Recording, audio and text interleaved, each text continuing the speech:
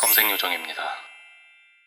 예전부터 한번 할까 어쩔까 생각을 좀 하고 있던 컨텐츠인데, 지난주에 유튜브 댓글로 어떤 분께서 용어에 관련된 부분도 한번 해줬으면 좋겠다라고 하셔서 다뤄보겠습니다. 디지털 마케팅의 용어가 굉장히 많죠. 뭐 매체 이름도 있고 뭐 DMP다 뭐다 복잡한 게 많습니다. 오늘은 우리가 보고서에서 사용하는 핵심 성과 용어들에 대해서만 한번 다루겠습니다. 자, 여기 노출이 발생하고요. 클릭을 하고 전환이 발생을 합니다. 이게 사용자의 흐름이라고 보시면 됩니다. 그리고 각 흐름의 사이사이에 이러한 용어들이 존재를 하고요.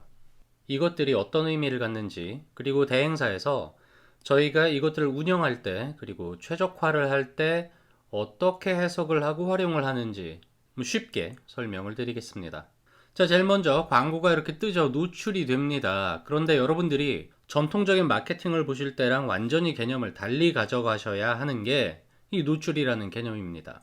디지털 마케팅에서 노출이란 생각보다 의미가 적습니다. 자, 광고를 한번 볼게요. 이렇게 아디다스 농구화라는 단어를 검색을 했고 밑에 검색 결과 화면이 나왔습니다. 여기에 밑에 쪽에 여러분들의 광고가 떴습니다. 노출은 됐습니다.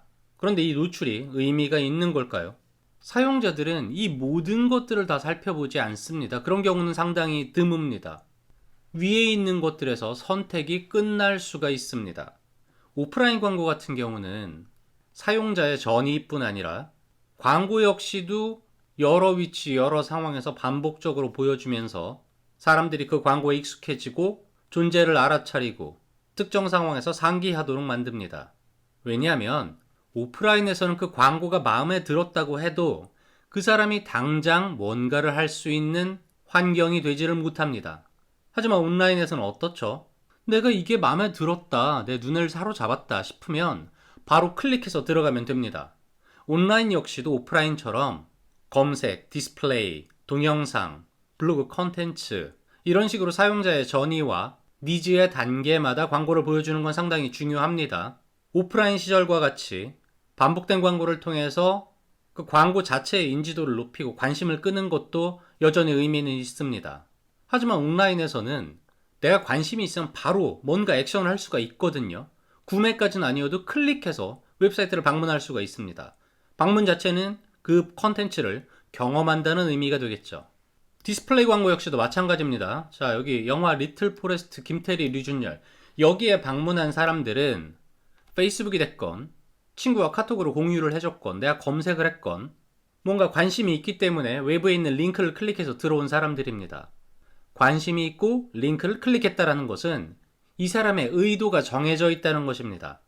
이 사람은 리틀 포레스트에 관련된 후기 또는 부수적으로는 김태리, 류준열이라는 배우들에 대한 얘기를 듣고 싶어서 온 거겠죠. 그런 사람들에게 옆에 떠있는 이 광고들은 어지간한 상황이 아니면 눈에 들어오지 않습니다. 제가 교육을 나갈 때마다 이런 식으로 화면을 보여준 다음에 사람들에게 질문을 합니다. 그 페이지에 광고가 있었던 거를 알고 있느냐? 뭐 한 70% 정도는 광고가 있다는 걸 인지를 합니다. 그 광고가 무슨 내용인지 기억을 할 수 있느냐? 거의 없습니다. 우리가 이 페이지에 방문한 목적은 이 컨텐츠를 보는 것이기 때문에 이 컨텐츠가 아닌 나머지 부가적인 요소들에 대해서는 시선이 가지를 않습니다. 그렇기 때문에 우리는 조금이라도 더 관련 있는 사람들을 타겟팅하려고 하고 조금이라도 더 그들의 관심사를 반영하는 광고 문구를 쓰려고 하는 것입니다. 다시 말해서 이후의 행동에 영향을 미치지 않는 노출이란 거의 의미가 없다고 보셔도 됩니다. 유튜브나 잠금 화면 전면 광고 같은 화면 독점형 광고에서는 조금은 더 그래도 의미가 있습니다만 우리가 흔히 퍼포먼스 마케팅이라고 부르는 GDN, 검색 광고 이런 데서는 노출은 거의 의미가 없습니다. 노출이 상당히 중요하게 다뤄지는 경우도 있습니다. 여러분들이 어떤 키워드를 운영하고 싶어 합니다. 광고에서.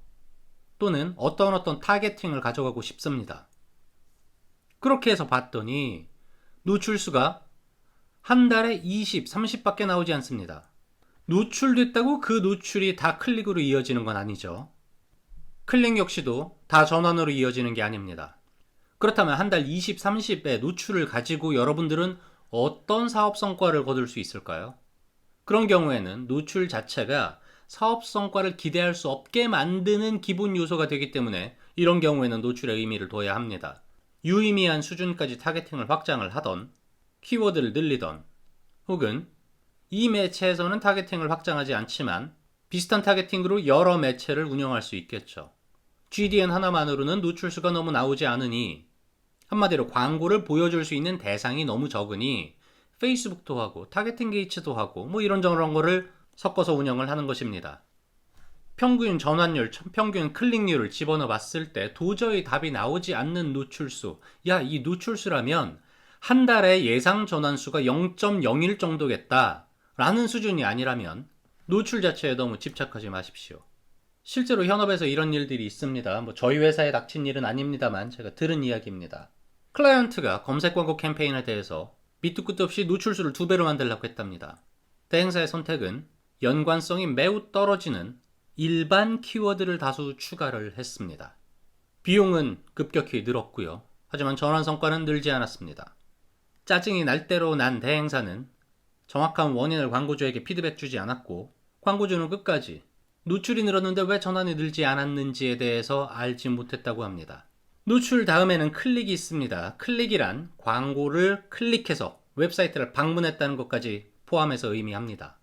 클릭은 기본적으로 컨텐츠를 경험한다, 우리 목소리를 사람들한테 전달한다라는 것의 중간 완성입니다. 자, 노출된 광고를 사람들이 왜 클릭했을까요? 광고가 마음에 들었기 때문입니다. 광고가 전달하고자 하는 메시지가 적절하게 나의 관심사를 사로잡았기 때문입니다. 여기 배너 같은 경우 지금 제가 만약에 사무실을 새로 시작하고 좀 젊은 직원들을 위해서 사무실을 찾고 있다면 이런 카피는 저에게 딱 맞는 것이겠죠. 만내커피는 지금 가맹 광고를 하고 있습니다. 자, 최단기간 170호점 돌파.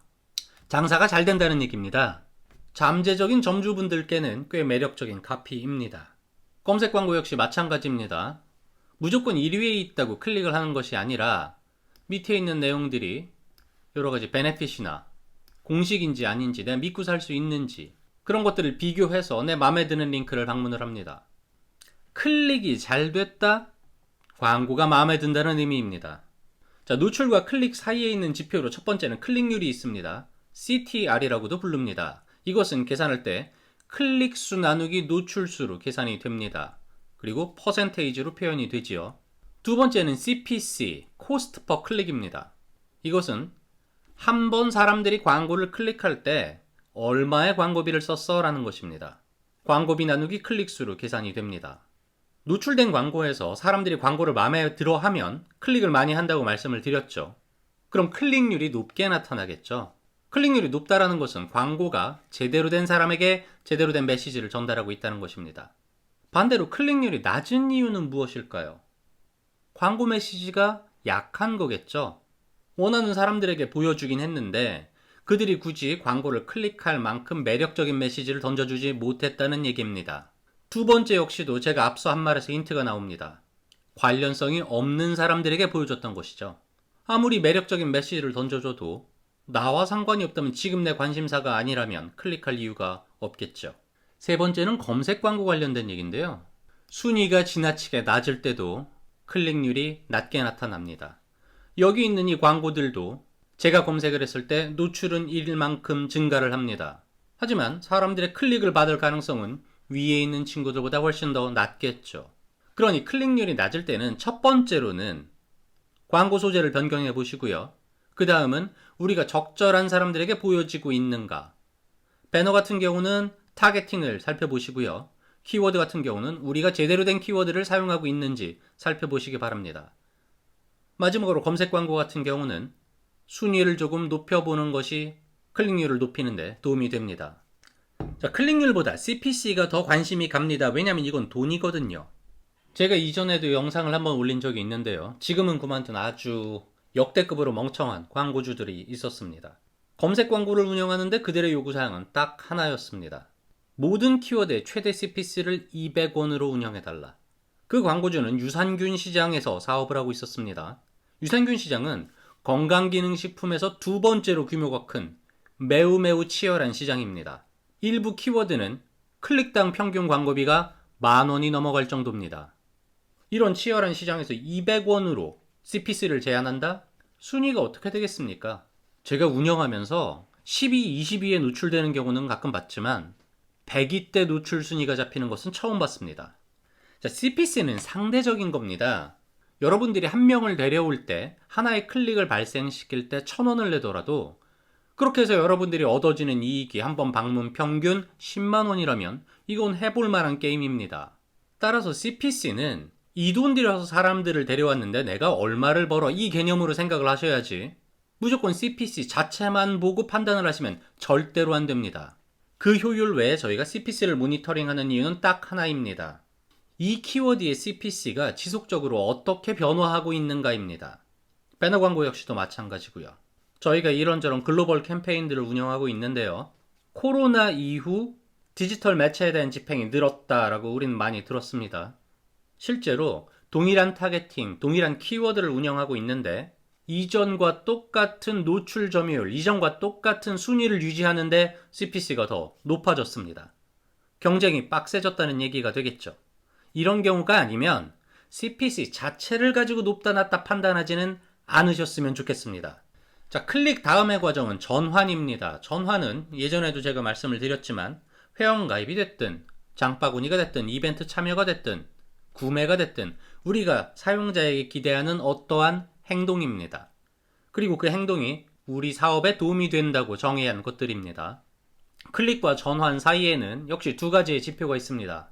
전환율, 컨버전 레이시랑 전환당 광고비, CVC 이 두 개입니다. 전환율은 전환수 나누기 클릭수로 계산이 되고요. 전환당 광고비는 광고비 나누기 전환수로 계산이 됩니다. 클릭까지는 잘 발생을 했는데 사람들이 웹사이트에서 전환을 안 하네, 구매를 안 하네. 전환율이 낮다는 얘기겠죠. 어떤 이유가 있을까요? 첫 번째는 내가 광고를 보고 가졌던 기대와 다른 가치를 랜딩 페이지가 제공하는 것입니다. 일단 제품 자체에 이슈가 있을 수 있겠죠. 뭐 광고에서는 되게 그럴듯하게 얘기를 하더니 들어와서 보니까 제품이 너무 아닌 것 같아, 품질이 떨어지는 것 같아, 이럴 경우엔 당연히 이탈을 하겠죠. 가격도 내가 생각했던 것보다 혜택이 별로 없는 것 같은데 나가게 되겠죠. 랜딩 페이지 자체의 퀄리티도 영향을 미칩니다. 이거 내가 믿고 사도 되는 똑바로 된 사업자야? 라는 생각이 들 정도로 웹사이트를 만들면 광고가 마음에 들어서 클릭을 했더라도 사람들은 웹사이트에서 기대한 행동을 해주지 않습니다. 단순히 기능만 전달하는 게 아니라 랜딩 페이지는 사람들에게 어떤 인상을 주는가, 어떤 가치를 주는가, 이 부분도 고려해서 만드시는 게 좋습니다. 마지막으로는 우리가 UX, UI라고 부르는 사용자 경험과 관련된 부분입니다. 예전에 검색 광고 강의에서 랜딩 페이지는 사용자가 전환으로 가는 단계를 최소화하는 페이지로 선정을 하셔야 된다라고 말씀을 드렸습니다. 한마디로 메인 페이지로 무조건 다 내리지 말라는 얘기가 되겠죠. 온라인 사용자들은 굉장히 게으릅니다. 귀찮은 걸 싫어해요. 그래서 메인 페이지부터 하나하나 찾아가게 만들면 그들은 귀찮아 이러면서 이탈을 합니다. 그리고 페이지 하나를 이동할 때마다 이탈하는 비율이 평균적으로 60%가 넘는다고 합니다. 전환율이 낮을 때에는 랜딩 페이지에서 보여주는 제품 그리고 페이지 자체의 가치가 광고가 전달하는 가치하고 비슷한 레벨이 되는지 너무 낮지는 않은지 생각을 해보시고요. 랜딩 페이지가 제대로 지정이 되어 있는지 한번 판단을 해보시기 바랍니다. 랜딩 페이지에서 전환율을 조금이라도 더 높이기 위한 UX적인 장치들이 많이 있습니다만 그 부분은 나중에 따로 다루겠습니다. 자, 그럼 전환당 광고비는 얼마나 중요할까요? 상당히 중요합니다. 저는 이 모든 지표 중에서 전환과 전환당 광고비 그리고 매출 이 세 가지가 가장 중요하다고 생각을 합니다. 결국은 돈 벌자고 하는 짓입니다. 우리가 물건 하나 파는데 얼마가 들었어? 라는 거는 제품의 가격 그리고 여기에 원가를 생각해 보시면 내가 장사를 하면 할수록 손해를 보는 건 아닌지 바로 답이 나오게 됩니다. 이 다른 모든 것들은 전환당 광고비 그리고 매출 이 두 개를 우리가 원하는 수준으로 만들어내기 위한 부수적인 기본적인 어떤 것들은 종속적인 요소일 뿐입니다. 자, 마지막으로는 ROAS라는 게 있습니다. 이거는 광고비 얼마 들어서 매출을 얼마 올렸어 라는 것을 비율로 나타낸 것입니다. 매출 나누기 광고비로 계산이 됩니다. 이것도 매출과 관련된 거니까 상당히 중요하죠. 많은 대행사들이 이 ROAS를 가장 중요한 가치로 여깁니다. 하지만 여러분, 이 율이라는 것들은 다 함정을 갖고 있습니다. 자, 클라이언트가 밑도 끝도 없이 순위도 광고 변경도 못하게 하면서 CTR을 올리라고 한다. 노출 떨어뜨리면 됩니다. 인위적으로 노출을 떨어뜨리면 돼요. 필요한 노출까지 떨어뜨리면 CTR은 올라갑니다. 예전에 어떤 클라이언트는 클릭률 몇몇 퍼센트 이하의 키워드를 다 중단하라고 했습니다. 그들 중에 일부는 클릭률은 낮지만 매출 기준으로 상위 탑10 안에 드는 키워드들이었습니다. 전환율을 높이려면 직접 전환이 나지 않고 사용자를 에듀케이션하는 목적으로 운영되는 키워드들의 클릭을 막아버리면 됩니다. 그 키워드를 중단시키면 됩니다. 그럼 클릭 수가 떨어지겠죠. 전환이 고정되어 있어도 전환율은 올라갑니다. 클릭 수가 떨어졌기 때문에.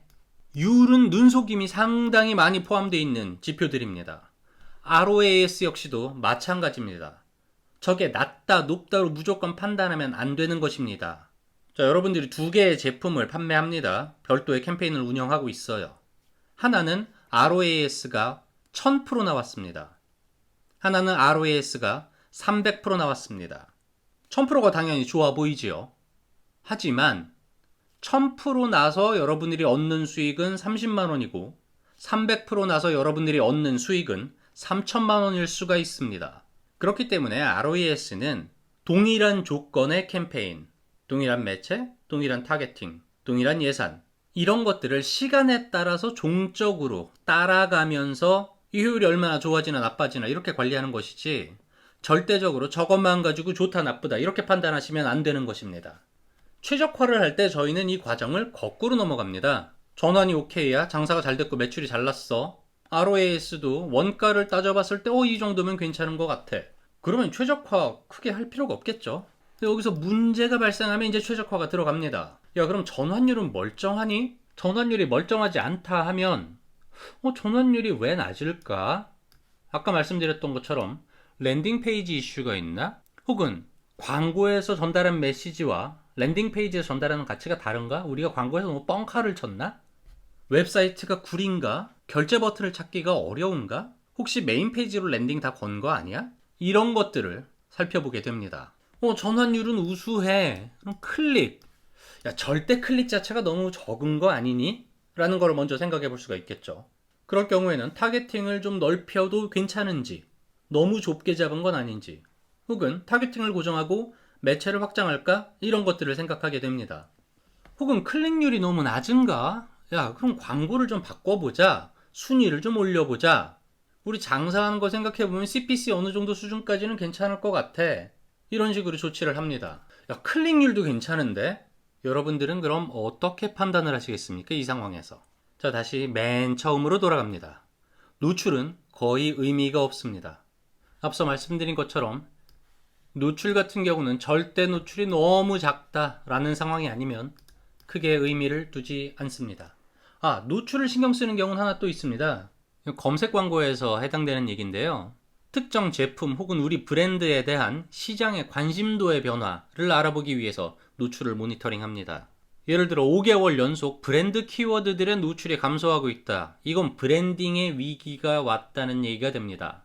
그럴 경우엔 저희는 브랜딩 캠페인을 운영하는 것을 제안합니다. 디스플레이나 동영상, 소셜 광고 이런 것들이 되겠죠. 오늘은 이렇게 간단하게 디지털 마케팅 보고서에서 주로 쓰이는 성과용어 몇 개의 의미, 그리고 저희가 현장에서 어떤 식으로 가치를 부여하고 해석을 하는지, 운영과 최적화를 할 때 어떤 식으로 활용하는지에 대해서 말씀을 드렸습니다. 궁금한 사항은 댓글로 남겨주시고요. 또 필요한 내용으로 찾아뵙겠습니다. 검색요정이었습니다.